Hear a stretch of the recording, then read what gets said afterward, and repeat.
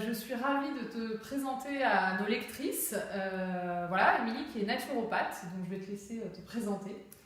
D'accord, bien, merci de m'accueillir déjà. Donc, bonjour à tous et toutes. Donc, je suis Émilie Boré-Guillonne, je suis naturopathe.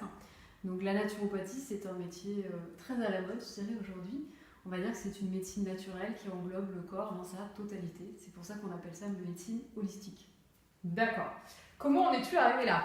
Est-ce que c'est ta formation initiale? Qu'est-ce que tu as fait avant tout ça? Alors, pas du tout, c'est pas du tout ma formation initiale. J'ai travaillé pendant 10 ans dans la mode, donc j'avais une entreprise en maroquinerie. Mais la naturopathie n'était pas du tout complètement inconnue, parce que quand j'étais enfant, donc à partir de l'âge de 5 ans, j'étais suivie par une naturopathe qui était l'amie de ma mère. Donc je connaissais déjà ce métier-là.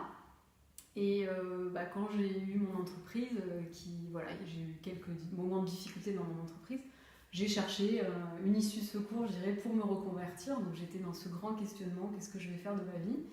Et je me suis souvenue de ça, je me suis dit, c'est en accord avec ce que j'ai envie aujourd'hui. J'ai connu le monde du travail difficile, la dureté de l'entrepreneuriat. Et j'avais envie de développer, toujours dans l'entrepreneuriat, mais de manière un peu plus holistique, naturelle. Et donc je me suis tournée vers la naturopathie. D'accord. Donc comment tu passes de cette entreprise dans la mode à cette entreprise, entre guillemets, dans la naturopathie? Voilà. Quelles ont été les étapes clés pour toi? Alors, je pense que c'est important ce que tu viens de dire. Les étapes clés, c'est que déjà, j'ai considéré que je passais d'une entreprise à une autre. Parce que dans les métiers du bien-être aujourd'hui, on a peur de parler d'entreprise, mais c'est quand même une réalité, hein, l'entrepreneuriat. On est entrepreneur, donc on a une entreprise. Je suis passée par une grande période de questionnement. Très difficile. Qui est importante. Qui est très importante. Mais quand on la vit, je pense que c'est important de le dire. C'est difficile, on est perdu, on se dit qu'on va jamais y arriver.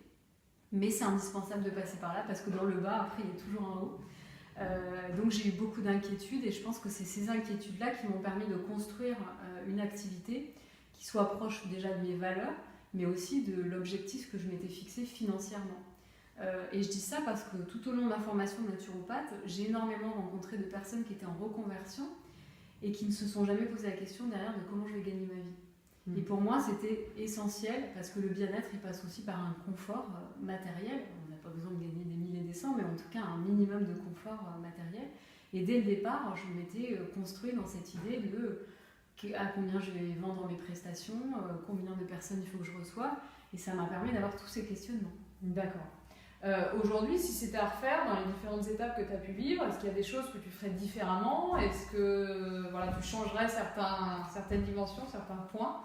Alors c'est très bizarre parce que dans mon quotidien, je me dis toujours je changerais ci, ça serait mieux comme ça et tout. Mais de manière, en regardant derrière, finalement je crois pas. Parce que c'est justement dans ces moments d'erreur que j'ai construit et que j'ai appris plein de choses. Et je pense que si je les avais pas eues, ça ne m'aurait pas aidé là où je suis aujourd'hui. Donc finalement, non. Ça a fait partie de ton cheminement. Exactement. Souvent que les erreurs sont en effet source d'apprentissage, tu valides. Ouais, totalement. Si tu avais aujourd'hui un conseil par rapport à la réalisation professionnelle et l'alignement, tu parlais de valeurs, avec qui on est, quel conseil pourrais-tu donner à nos lectrices ou aux personnes qui sentent qu'ils ne sont pas loin mais qu'il manque quelque chose? Je pense que c'est être à l'écoute sans peur. Parce que la peur, c'est déjà la première étape qui fait qu'on ne se laisse pas l'opportunité à imaginer quelque chose pour nous. Moi, j'avais été très étonnée. J'avais fait le jeu des chapeaux. Alors, je ne sais plus comment ça s'appelle ce jeu. Oui, avec les différentes couleurs. Ouais. Pour les différents angles. Exactement. Et j'avais trouvé ça hyper intéressant parce que ça permettait de mettre sur la table toutes ces choses qu'on pouvait penser, que ce soit de manière logique, matérielle, financière. Nos envies les plus folles qu'on n'a jamais exprimées. Et le fait de poser tous ces éléments-là m'a montré quels étaient mes freins et quelles étaient mes forces et comment arriver à jongler avec tous ces éléments-là. Donc c'est vraiment d'être capable à un moment donné de tout poser à plat.